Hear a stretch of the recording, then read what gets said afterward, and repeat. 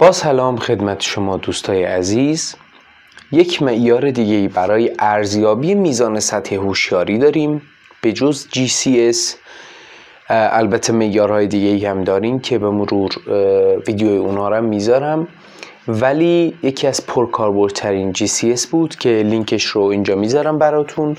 اون رو قبلا بررسی کردیم و یکی دیگه از پرکاربردترینشون معیار فور هستش، فور سکور. این معیار برای ارزیابی سطح هوشیاری هستش. یه سری مزیت‌ها نسبت به GCS داره و یه سری معایب داره. البته میشه گفت مزیتاش بیشتره. یکی از مزیتاش اینه که دقت بیشتری داره. دومین مزیتش اینه که بررسی ساقه مغز و ارزیابیش رو میتونیم با این روش انجام بدیم.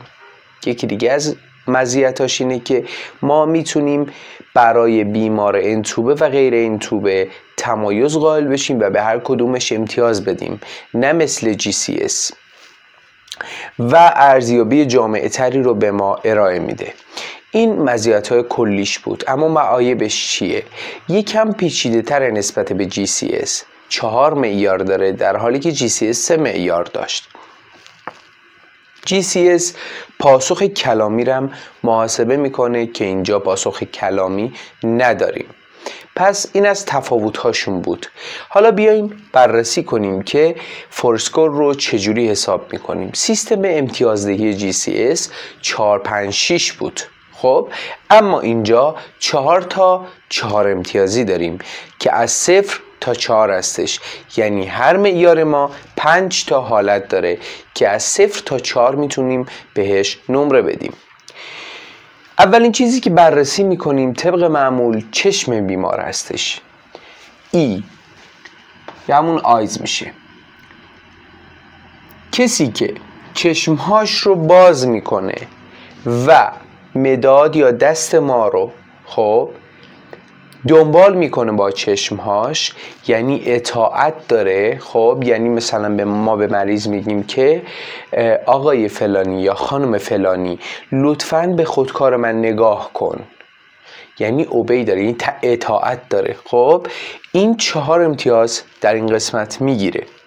اگه چشمهاشو باز کرد ولی اطاعت نکرد، یعنی یه هدف خاصی رو نگاه نکرد و به حرف ما گوش نداد، خب یعنی ما میگیم دست ما رو نگاه کن یا لیوان رو نگاه کن و اون نگاه نکرد و هر بار یه جای دیگه ای رو نگاه کرد، اون موقع 3 میشه امتیازش. اگه چشماش بسته بود و با صدای بلند چشماشو باز کرد، یعنی مریض چشماش بسته است و شما مثلا فکر میکنی که خوابیده، خب و شما دست میزنی به مریض، صداش میکنی فقط، درسته؟ فقط میگی آقای فلانی یا خانم فلانی بلند، خب چشماتو باز کن، یا فقط صداش میزنی.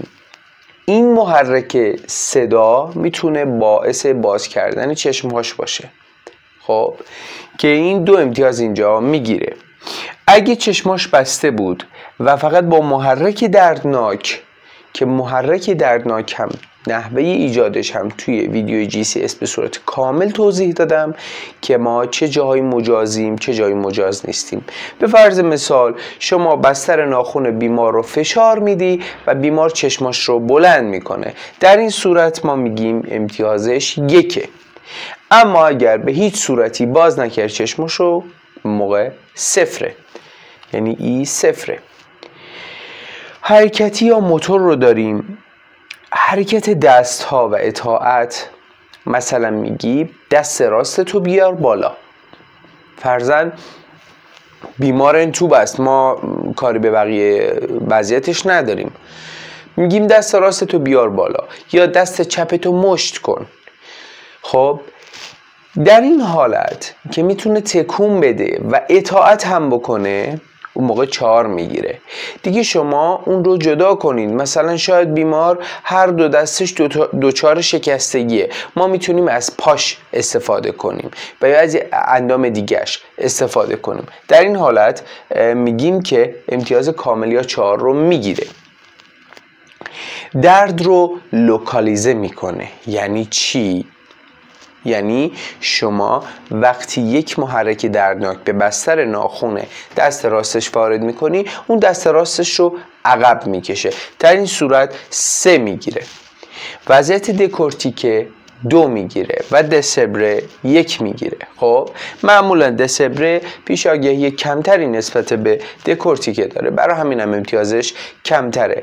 برای این دوتا هم تو همون ویدیو قبلی که لینکش رو اینجا دوباره میذارم براتون، کامل دسبره و دکورتیکه رو توضیح دادم. عدم پاسخ هم 0 میشه. ساقه مغز رو داریم. ببینید واکنش مردمک ها و قرنیه ها هر دوتاش وجود داشته باشه که میشه 4. حالا اینجا واکنش قرنیه داریم. واکنش قرنیه چجوریه؟ ما یه تیکه پنبه تابیده شده، خب که تمیزم باشه، میاریم و به آرومی به بستر قرنیه ضربه میزنیم. اگه بیمار چشماشو بست، اون موقع میگیم که چی؟ رفلکس قرنیه داره. اگر هم نبست، رفلکس قرنیه نداره. خب پس این واکنش قرنیه است یا رفلکس قرنیه است. پس اگه واکنش مردمک و قرنیه داره، ما یه چراغ‌های پزشکی میاریم. خب اول جلوی چشم بیمار رو میگیریم، یعنی تاریک باشه، بعد یهو چراغا که میاریم مردمک ها اگه میاتیک شدن، اون موقع میگیم که رفلکس داره. اما اگه یکیشون میدریاز داشت، یعنی باز بود کامل و فیکس بود یکیشون، و یکیشون هم ریسپانسیبل بود یا واکنش پذیر بود یا نبود، مهم نیست. میوتیک هم باشه مهم نیست. یکیش میوز باشه، یعنی متصل باشه و فیکس باشه، یعنی تکون نخوره با تاریکی، یعنی نور روش تاثیر نداشته باشه. در این صورت میگیم امتیازش 3 هستش. واکنش مردمک ها یا قرنیه، عدم واکنششون، میگیم که یا جفت مردمک های ما هیچ واکنشی ندارن، یا میوتیکن یا میدریاز دارن. خب یا ما واکنش مردمک داریم اما واکنش قرنیه نداریم. یکیش باید نباشه، نه جفتش با هم. در این صورت 2 میگیره. اما اگر هیچ کدوم نباشه 1 میگیره. در حالتی که 0 میگیره اینه که نه مردمک نه قرنیه واکنش نداره. علاوه بر اون بیمار توانایی سرفه هم نداره. یعنی چی توانایی سرفه نداره؟ فرض میکنیم ما یک بیمار انتوبه رو میایم ساکشن میکنیم. خب بیمار در اون حالتی که ساکشن میشه سرفه نمیکنه. در این صورت اگر سرفه نداشت، مردمک و قرنیه هم واکنش نداشتن، در این صورت میگیم که B 0 میشه. الگوی تنفسی بعدیشه. الگوی تنفسی خود به خودی و منظم، یعنی بیمار خودش نفس میکشه بدون انتوباسیون و منظم هم هستش. اینجا 4 میگیره. تنفس شین استوک داره. یعنی چی؟ یعنی این الگوی تنفسی، تنفس های عمیقی که اینجا داریم، بعد تنفس های کوتاه و سطحی، بعد یک دوره آپنه، بعد دوباره تنفس های کوتاه، تنفس های عمیق، تنفس های کوتاه، آپنه. این روند از اینجا تا اینجا معمولا 45 تا 90 ثانیه طول میکشه. در این صورت میگیم که معمولا در بیماران قلبی، بیماران مغزی این تنفس شین استوک رو داریم که یک ویدیو کامل در موردش امیدوارم که فرصت بشه بسازم. عوامل و دلیل های تنفس شین استوک که به نسبت یک وضعیت نادری هم هستش، خیلی کم پیش میاد تنفس شین استوک. این از تنفس شین استوک که 3 میگیره. تنفس داره، انتوبه نیست، اما ایرگولاره، یعنی نامنظمه، یعنی این یه ریتم منظمی داره. درسته که تنفس ها اندازه هم نیستن، توی دوره تاکیپنه است، توی دوره برادیپنه است و توی دوره آپنه است، ولی منظمه، یعنی یه نظمی داره. اما اگه تنفس ها هیچ نظم خاصی نداشتن، اون موقع میگیم 2 میگیره، یعنی شین استوک بهتر از تنفس نامنظمه. اگه بیمار انتوبه بود و تنفس خود به خودی داشت، یعنی ما بیمار رو انتوبه کردیم، مثلا 6 تنفس و دستگاه بهش میده، 7-8 تا هم خودش نفس میکشه، فرضاً میگم.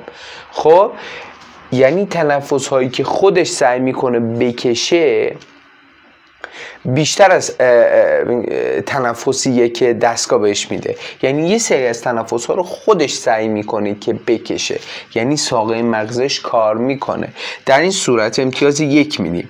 اما اگه تمام تنفس ها رو دستگاه بهش داد، خب و خودش هیچ تلاش تنفسی نداشت و انتوبه هم بود، در اون صورت امتیازش 0 هستش. این کلیات معیار 4 بود.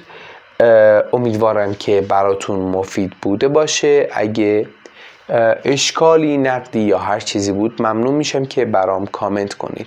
حمایت یادتون نره. بدرود.